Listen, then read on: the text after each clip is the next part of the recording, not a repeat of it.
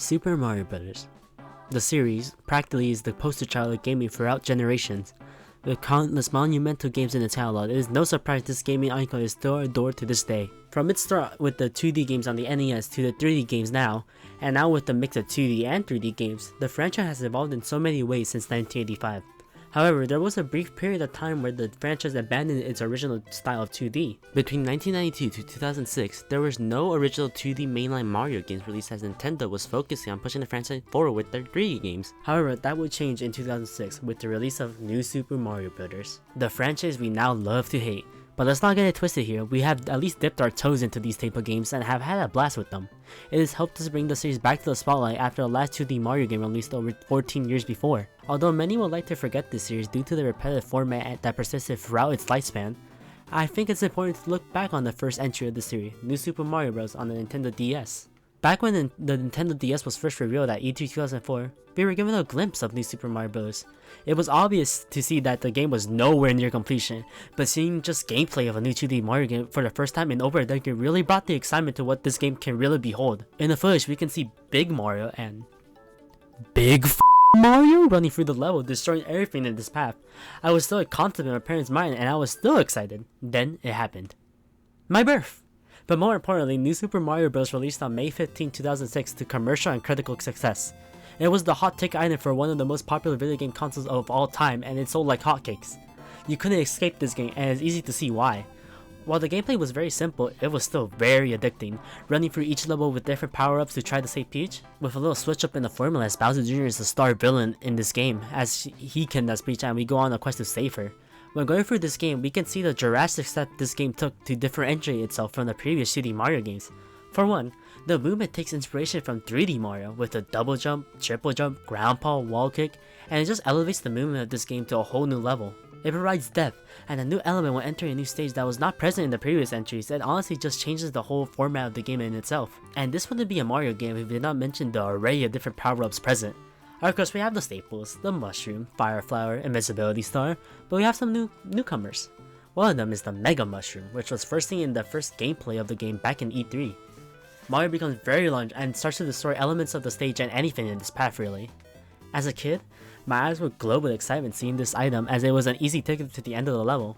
Now, however, when I play this game, it's honestly just a cheap way to increase the dopamine meter and it can actually be a bit harmful in cases as it can destroy pipes which lead to new areas and prevent the collection of star coins. And if you thought being large was the only extreme in this game, what about being tiny? The Mini Mushroom. It makes Mario very small and honestly it's hard to consider this a power up. You can hop like a fairy and walk on water like Jesus mother Christ, but that's really all you can say. It is a very situational item in the game and pretty much pointless most of the time. So pointless in fact that the game forces you to use this item as a way to access World 4 and 6, which otherwise would have been inaccessible. And to me, if the game is forcing you to use a power up to access content in its game, it has failed as a power up. It is not something you really want because if we're being honest, no one in the history of humanity has asked this. We're back, bitch! Besides these mushroom related power-ups, we have one more new power-up to this game. The Blue Shell makes Mario become my worst nightmare. Every time you start running, Mario goes into his shell form and it's just a slippery nuisance. He breaks any brick blocks in his path, but he just rebounds off walls like crazy, and most of the time, the Blue Shell will block you from making precise jumps. It's a fun item for sure, but it's an item I would rather skip in most situations.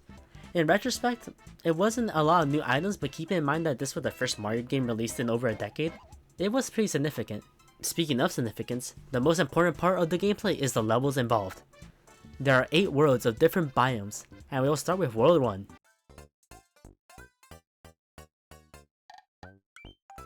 World 1, the most bog standard Mario as can get.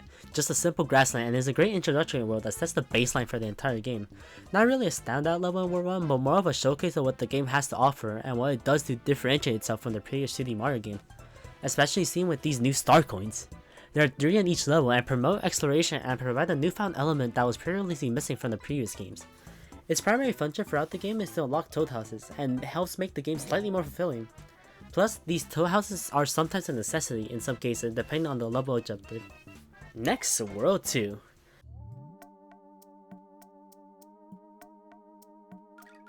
We have our desert level. Pretty simple theme overall, but acting more like an oasis with the amount of water present. Level 2-3 is the standout level as it's the only sewer level in this game. A bit confusing at first honestly, but it's honestly very easy to understand once you move more into the level. And also it provides a warp exit to World 5, a callback to previous 2D Mario games.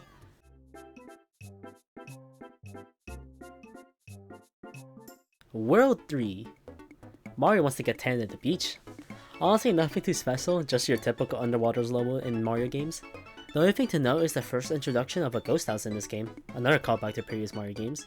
The ghost houses in this game are very unique in the sense that they are the only levels in the game where the bottom screen of the DS is obscured while progressing through the ghost house. Normally the bottom screen of the DS acts as an indicator to where you are in the level, and when you're in a ghost house, that just stops completely and makes it a pain in the ass to just try to progress through these levels, especially since they get more difficult and confusing towards the end of the game.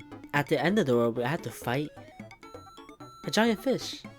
Yeah, it's not really the most exciting boss fight, but it's pretty easy. Next up is World 4.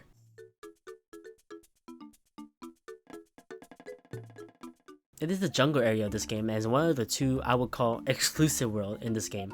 I say exclusive because you have to actively try to reach the world instead of naturally progressing through it within the game. To unlock World 4, you have to defeat World 2 Castle as Mini Mario, which is not terribly difficult, but remember how I mentioned that the toad houses are important? They are important to unlock some power-ups that are not normally seen in the regular level, which the mini mushroom is one of them. So by getting the mini mushroom from the toad houses to defeat the boss, we can finally access and progress through World 4. World 4 is unique in the sense that as many of the levels have poisonous water, which instantly kills Mario. For me, it was the first instance where the difficulty really started to increase as I found it difficult sometimes to avoid the poisonous water, but besides that, it wasn't really terrible. It also introduces the lovable companion Dory, who helps Mario progress through the poisonous water throughout the world. Besides Dory, the Scuttlebutt and Unagi are the two notable enemies introduced, as they are both very annoying to avoid and honestly are very unique enemies in this game. Especially Unagi and the Mega Unagi, which appears at 4-3, which might give me nightmares for quite some time. The boss fight for the world is just a giant Goomba, which is honestly really lame. Not hard at all by any means, but compared to other boss fights in this game, it's such a bland boss. Anyhow, on to World 5.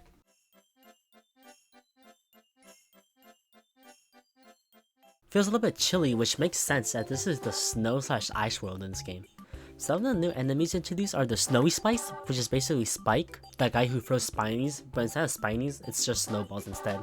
Nothing really special, he's just unique to this world. In the ghost house, the Bruiser is introduced, which is basically a purple ghost with hands that are boxing gloves. They punch through walls and are essential to complete the ghost houses in this world.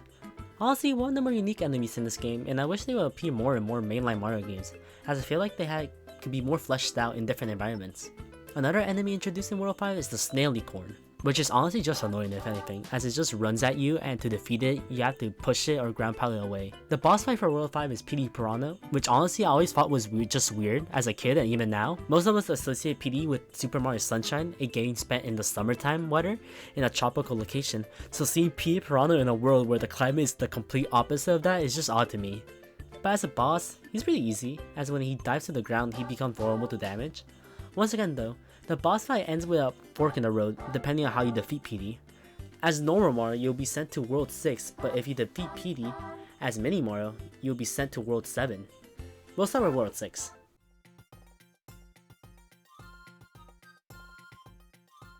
World 6 is situated on a rocky mountain, and honestly is pretty fun. The game introduces this ledge hanging and wall hugging mechanic, which helps make the world feel very unique to this game in comparison to other worlds. Most of the enemies seen here are very typical to Mario games, but holy shit, bullet bills are everywhere in this world. So annoying to progress, and it's just a sign of the decrease of difficulty as we move forward into this journey. Honestly, that's the whole theme of this world. The increase of difficulty really begins to show and is a sign of things to come. The boss fight is a new enemy, Monty Tank. Take Monty Mole and stuff them into a tank, and you get a very competent meditative person. I wonder why you don't have many of these people running around. Oh. Yeah, so once Monty Mole sticks their head out, it becomes very easy to defeat. But honestly, I got to say, it's a very unique and fun boss battle, as it's probably my favorite one so far. But anyhow, we get the key and march forward to World 7.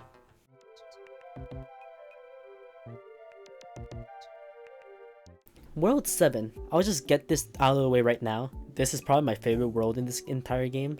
It takes place in the sky, and most of these levels are just a blast to go through, despite the increase of difficulty. In particular, 7-3, riding a giant wiggler throughout the entire level while avoiding various enemies is so unique and fun to progress. 7-4 is another highlight of mine, as it's completely vertical and lacks enemies, and honestly just a joy to go through, with the bouncy mushrooms and the spin blocks will make this level feel the most open-ended one in the game, due to the verticality of it. Such a fun break between the hard levels that we have to progress and still have yet to come. The world is also just unique in the sense that to reach the castle, you have to find at least another alternative exit, a callback to the Forest of Illusion from Super Mario World. Without finding this alternate exit, you would just be stuck running around trying to figure out what to do, which honestly was me for a bit. But once you find the exit, you can access the castle in the world, which contains the boss, Nikita Thunder. Honestly, probably my favorite boss in this entire game, as he is very unique with the many lightning based attacks that he has, and is the only boss where he is primarily fighting for most of it. He's pretty easy to defeat, but it's a sign of things to come for the next world. World 8.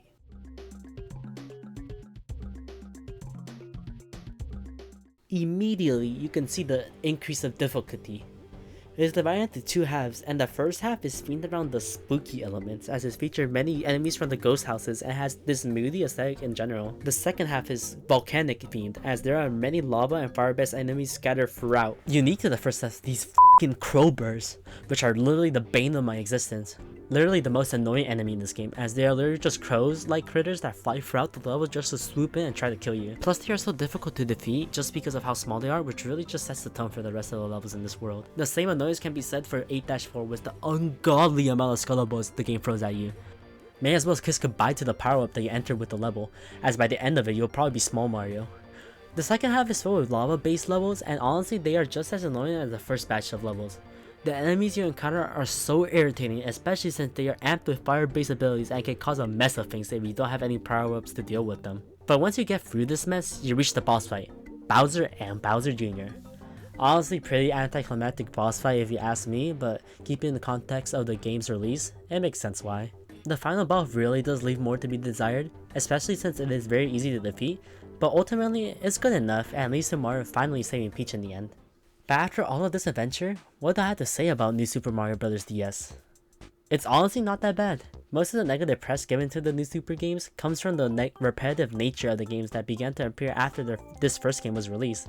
But given the context of this game and the platform it was released on, it's easy to see why it sold so well. There are so many unique elements and unique enemies and world themes to explore, and for the first 2D Mario game in over a decade, it provides a memorable adventure with gameplay mechanics that will become staple of the Mario series moving forward.